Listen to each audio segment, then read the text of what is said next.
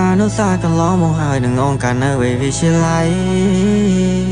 ពេលវេលាដែលមានតម្លៃដល់ឥឡូវក៏នៅស្រមៃពី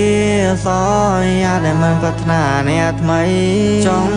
ក្រោយនេះទៅក៏ទៅអ្នកនៅក៏នៅតែរីងរៃអូនភ្លេចពីសំដី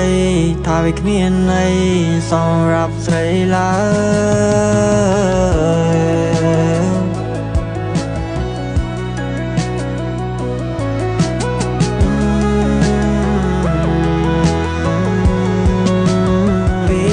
សយាដែលមិនប្រាថ្នាអ្នកថ្មីចង់ក្រោយនេះទៅក៏ទៅអ្នកនៅក៏នៅតែរីងរៃអូនភ្លេចពីសំដីថាវាគ្មានន័យសម្រាប់ស្រីឡើយធ្វើមិនដេចបើបងមិនតន់សម័យអូនយើងក៏អត់មិនសមនឹងចរណៃទៅ